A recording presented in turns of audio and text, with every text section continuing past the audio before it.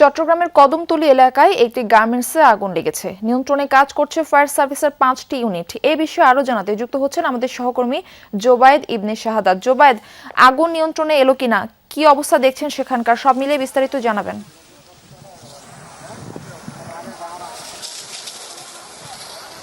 Murphy, আগুন এখনো নিয়ন্ত্রণে আসেনি। ফায়ার সার্ভিসের কর্মীরা চেষ্টা করছেন আগুন নেভাতে, এবং যে আগুনের কথাটা আমরা বলছিলাম শুরু থেকেই, যে আগুনটা একেবারে বেশ দাহ্য পদার্থ ভিতরে আছে, কম্বল আছে।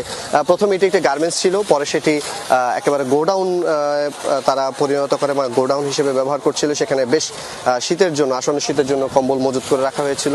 সেই কম্বলের গোডাউনে আগুনটা এখন থেকে প্রায় 30 থেকে 40 মিনিট বা তার আগে যারা স্থানীয়রা প্রত্যক্ষদর্শীরা আছেন তারা আমাদেরকে বলেছেন যে সেই সময়টায় আগুনটা লেগেছে। এবং আগুনের ঘটনায় কিন্তু এখন পর্যন্ত ফায়ার সার্ভিস অগ্নি নির্বাপনের চেষ্টা করছেন। শেষ যখন আমরা এসেছিলাম